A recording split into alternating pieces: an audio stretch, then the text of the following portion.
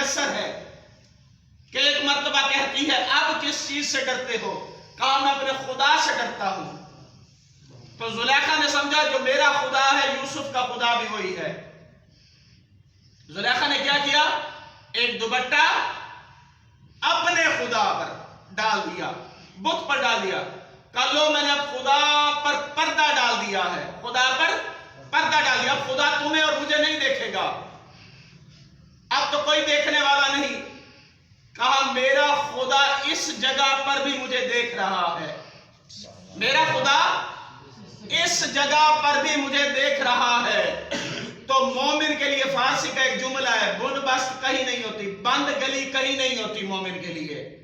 اس وقت حضرت یوسف نے اپنے خدا سے التجا کی، خدا میں اس گناہ میں مبتلا نہیں ہونا چاہتا، میرے لیے راستہ فراہم کر۔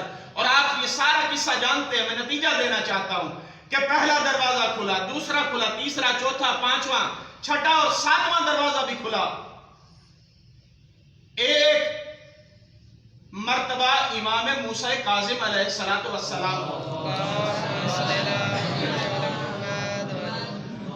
ہارون نے زندان میں ڈال دیا۔ کہا یہ موسیٰ کاظم علیہ السلام کی جو عبادت ہے یہ ایک ڈھونگ ہے، بس دنیا کو دکھانے کے لیے ہے کہ میں اتنا عبادت گزار ہوں۔ جو بہترین اور خوبصورت جمیل حسن و جمیل عورت ہے، حسین و جمیل، اس کو امام موسیٰ کاظم کے پاس بھیجو، پھر دیکھو یہ سارا راز عبادت کھل جائے گا۔ عورت کو آمادہ کیا گیا، پیسے دیے گئے، حکومت نے زور لگایا، حکومت نے پیسہ دیا، جا اور اس امام موسیٰ کاظم کو ورغلا۔ وہ عورت بھی اسی نیت سے گئی، لیکن جب گئی کیا دیکھتی ہے کہ امام موسیٰ کاظم کا سر سجدے میں ہے، سر سجدے سے اٹھتا ہی نہیں ہے۔ یہ بندہ خدا اٹھے تو میں اپنا مدعا بیان کروں۔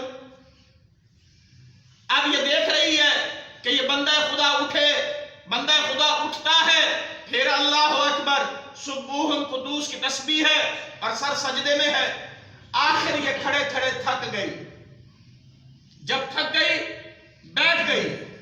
بیٹھ گئی تو محو ہو کر دیکھنے لگی کہ یہ بندہ خدا کر کیا رہا ہے۔ تو پھر آنکھوں سے حجابات ہٹے، جب دیکھا تو اس کے لیے جنت کے دروازے کھل چکے تھے، جنت کے دروازے کھل چکے تھے۔ دیکھا کہ امام موسیٰ کاظم علیہ السلام کے لیے مجھ سے کئی گنا خوبصورت کنیزیں خدمت امام کے لیے حاضر ہیں، لیکن امام سر کو سجدے سے نہیں اٹھا رہے، تو بے ساختہ سر کو سجدے میں گرا دیا اور امام موسیٰ کاظم علیہ السلام کے ساتھ عبادت میں مشغول ہو گئی۔ جب یہ عبادت میں مشغول ہوئی، ادھر سے پوری رات گزری، حکومت پریشان ہے کہ ہم نے تو کہا تھا تو قید خانے میں جانا، امام کو اپنی طرف برکلانے کی کوشش کرنا، جب امام تیری طرف متوجہ ہو جائیں گے تو چیخ مارنا، ہم آ جائیں گے، دنیا کو بتائیں گے یہ تمہارا امام ہے۔ یہ ساری عبادت کھل کر سامنے آ گئی۔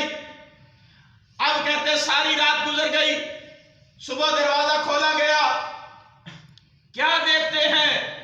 ادھر امام بھی سجدے میں ہے، ادھر امام کی کنیز بھی سجدے میں ہے، دونوں کا سر سجدے میں ہے، دونوں سبوح القدوس کی تسبیح پڑھ رہے ہیں۔ یہ کھینچتے ہوئے اس حسین و جمیل عورت کو دربار میں لے کر آئے، کہا تجھے کس کام کے لیے بھیجا تھا اور کس کام پر لگ گئی ہے؟ تو اس نے بیان کیا میں گئی تو اسی نیت سے تھی، لیکن وہ بندہ خدا سجدے سے ساری نہیں اٹھاتا، وہ میں جب دیکھتا ہی نہیں تھا میری طرف، میں کھڑے کھڑے تھک گئی، جب تھک گئی تو بیٹھ گئی، پھر بھی وہ بندہ خدا میری طرف متوجہ نہیں ہوا۔ لیکن جیسے میں نے اس بندے خدا کی طرف توجہ کی، کیا دیکھا؟ آسمان کے دروازے کھلے ہیں، حوران جنت اس کی کنیزی کے لیے آمادہ ہیں۔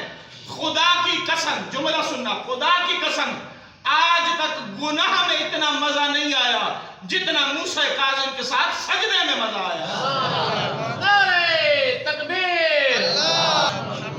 پریشان ہونے کی بات نہیں ہے، کبھی آپ کو مجلس پڑھنی پڑے، مدرسوں کا ماحول ایسے ہوتا ہے، مدرسوں میں نعرے آہستہ لگتے ہیں. مدرسوں کا ماحول ہوتا ہے، علماء کرام، طلاب کرام جہاں پر بیٹھے ہوں وہ نعرہ ڈھیلا مارتے ہیں، جبکہ نعرہ اونچا مار کر آپ بھی بتائیں. جب آپ ممبر پر بیٹھے ہوتے ہیں تو آپ کہتے ہیں اونچا نعرہ مارو، جب سن رہے ہوتے تو پھر اونچا نعرہ کیوں نہیں لگاتے؟ مل کر نعرہ تکبیر، نعرہ رسالت، نعرہ حیدری، آواز بلند صلوات.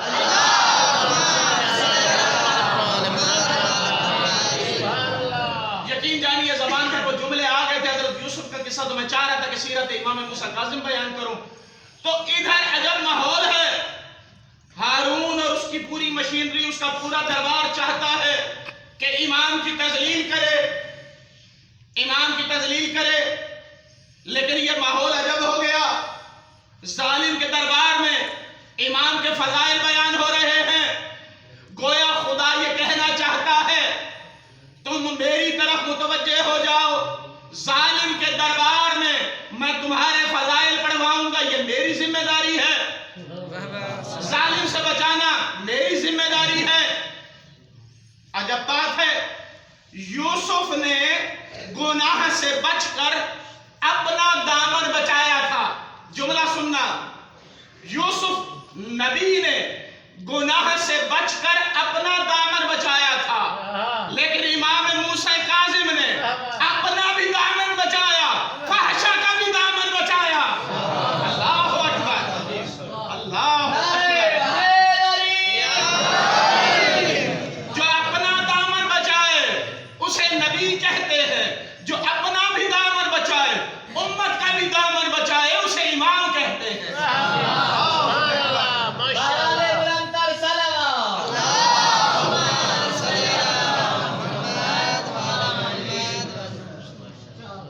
تاریخ میں دو موسیٰ ہیں. ایک موسیٰ کا نام، خدا کی قسم یہ خیرات ہے. اب چلو، اب میں بولتا جاؤں گا، اب جب تک مجھے قبلہ صاحب نہیں کہیں گے میں نہیں چھوڑنے والا. تاریخ میں دو موسیٰ ہیں، ایک موسیٰ نبی ہے، ایک موسیٰ امام ہے. ایک موسیٰ نبی ہے، ایک موسیٰ امام ہے. وہ جو موسیٰ نبی ہے وہ غضبان ہے، وہ غضبان ہے، وہ غضبان ہے. اور جو موسیٰ امام ہے وہ کاظم ہے. غضبان کہتے ہیں غصہ کرنے والے کو، کاظم کہتے ہیں غصے کو پی جانے والے کو. غصے کو جو پی جائے اسے کاظم کہتے ہیں. اور لقب ہے، ہر امام کا ایک مخصوص لقب ہے، اور میرے اس امام کا مخصوص لقب موسیٰ کاظم ہے. موسیٰ کاظم یعنی غصے کو پی جانے والا، غصہ کرتا ہی نہیں ہے میرے مولا. جو موسیٰ کاظم کے چاہنے والے ہیں روٹی پر جھگڑ پڑے، ہاں بھائی میری روٹی دے، میری روٹی کیوں دیر نہ لیتی ہے، انہیاں دو روٹیاں میری ایک روٹی. انہا مطلب تو سب موسیٰ کاظم دے پیروکار کوئی نہیں رہے، بلکہ دے پیروکار ہوئے. موسیٰ کاظم کا پیروکار غصے کو پی جانے والا ہے. اللہ اکبر. علی ابن یقطین امام موسیٰ کاظم علیہ السلام کا چاہنے والا ہے، چاہنے والا. کہا مجھے ہارون کے دربار میں مشیر خاص کا عہدہ مل رہا ہے، مولا میں کیا کروں؟ کہا جاؤ اور جا کر اس عہدے کو سنبھال لو. مولا میں آپ کا چاہنے والا ہوں، وہ آپ کا دشمن ہے. کہا جو کہہ رہا ہوں وہ کرو، جاؤ جا کر دربار میں یہ ڈیوٹی انجام دو. ڈیوٹی انجام، توجہ میری طرف رکھیں، قبلہ تو لکھتے رہیں گے بھائی، ہاں جاؤ یہ ڈیوٹی انجام دو. ایک مرتبہ مسئلہ چھڑ گیا. کیا مسئلہ چھڑا؟ وضو ایسے کرنا ہے یا دوسرے انداز سے، اس طرح کرنا ہے یا اس طرح کر کے کرنا ہے، کس طرح کرنا ہے وضو. بحث چھڑ گئی. ادھر جو چاپلوس ہیں وزیر، وہ ہارون سے کہتے ہیں کہ جسے تو اپنا مشیر خاص بنائے پھرتا ہے وہ تیرا دشمن ہے، وہ موسیٰ کاظم کا چاہنے والا ہے، وہ تو شیعوں کی طرح وضو کرتا ہے، رافضیوں کی طرح وضو کرتا ہے. یہ اصطلاح چل رہی تھی اس وقت.